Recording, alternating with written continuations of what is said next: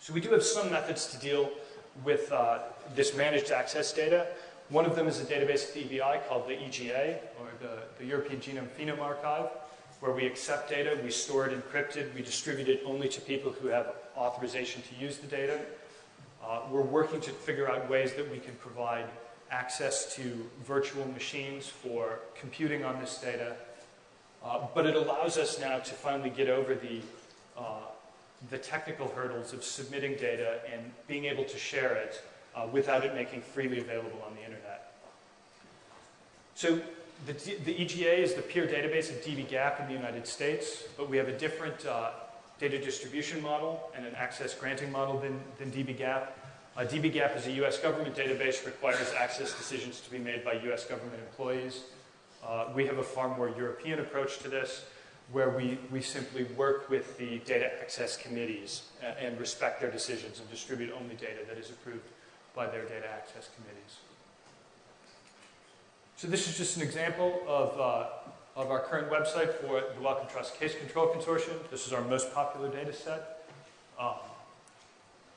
Our second most popular data set currently is the whole genome sequencing coming from the Cancer Genome Project at the Sanger.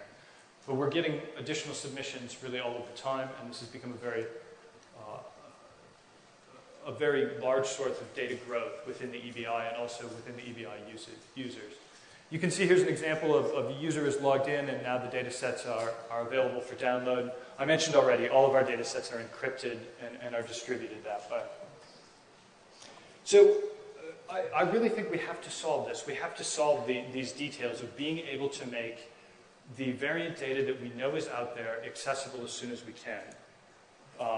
We know that when data is subject to access controls, it's a burden to use. And it does limit the number of researchers that will reuse the data. The HapMap data has been reused by thousands of researchers, tens of thousands almost certainly.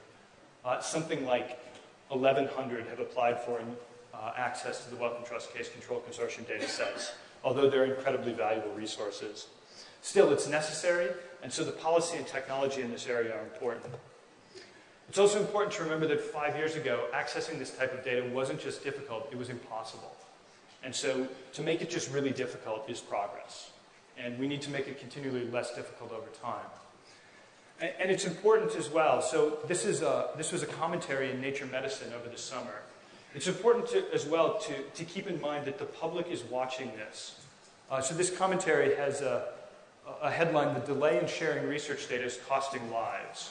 Now, in and of itself, this is quite an inflammatory headline. But if you read into the commentary, the statement that is made is, and I pulled it out, I'll read it here, is, "Making science work fast enough for patients will require researchers to treat information with greater urgency. Surely, if anyone knew that he or she possessed life-saving data, he or she would act swiftly to share it, just as an intelligence officer would rush to report evidence of an impending terrorist attack."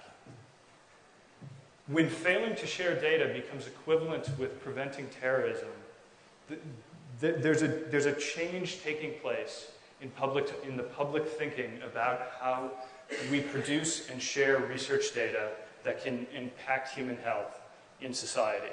And so I think we have to keep our eyes on this. For those people who believe that data should be widely shared, in the end, this is a laudable goal. Methods such as this and these statements, they might be slightly more extreme than needed to get the goal done. But so to solve this, we need to create the managed access databases. As I've mentioned, these are done, but they're not fully efficient. And then we need the ability to search for variant existence in these databases, and basically to present users with the result that says, yes, this variant exists, something's here, but you have to apply for access to actually see what it is.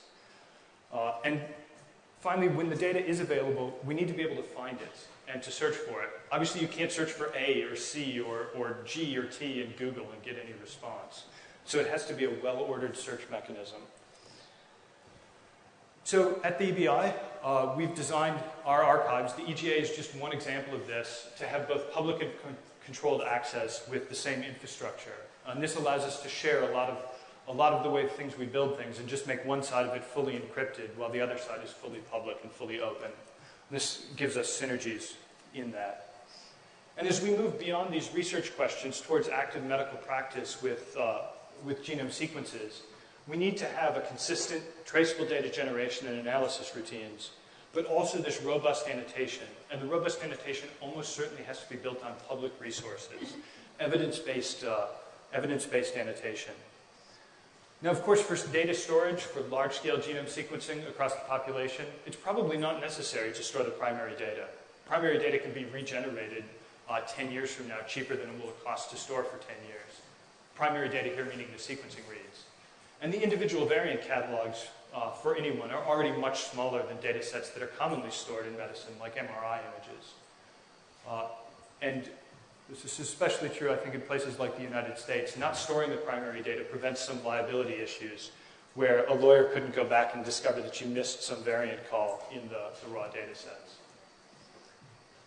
So we already know that a number of people are building clinical services on tools that we have at the EBI. I just have two examples here. This is one for mutation interpretation software. This is another one for clinical geneticists. And the LRGs that I mentioned earlier in the talk, these are already part of HL7. And so you can already use these to transmit information from diagnostic labs into the medical records. And so just to wrap up with a couple of thoughts here. So annotating this variant catalog created by the Thousand Genomes Projects and similar projects is going to be one of the major future challenges of human genomics. And I think it's incredibly important because the public is captivated by this. And the public is also beginning to realize that the Human Genome Project is in fact not like the moon landings. The moon landings cost $20 billion. But they never really got any cheaper. And not everyone got to go to the moon. But it turns out that we might all get our genome sequenced. And so the results of doing this annotation are going to change the way medicine is practiced, and they're going to have complex impacts on society. And that's very exciting. And so I'd just like to wrap up by thanking the people in my group that actually do a lot of this work to get these things done. And especially the very generous funding we get from the Wellcome Trust and other organizations. Thank you.